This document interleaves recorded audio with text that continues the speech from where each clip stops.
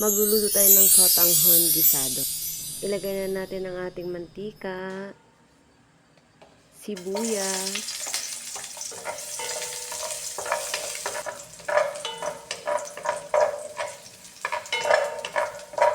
isunod natin ang ating bawang,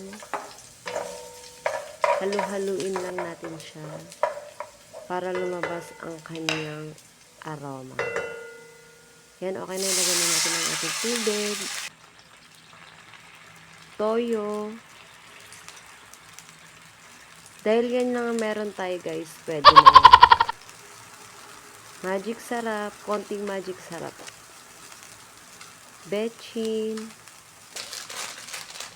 at ang ating sotanghon. Haluin lang natin yan hanggang sa masipsip ng sotanghon ang ating sabaw. Bigla akong nag-crave sa pansit guys, pero ayun lang ang mga meron ako, kaya pwede na to. Okay na, luto na siya. Masarap yan pag sinabayan natin ng mainit na kape. Kain po tayo. Bye!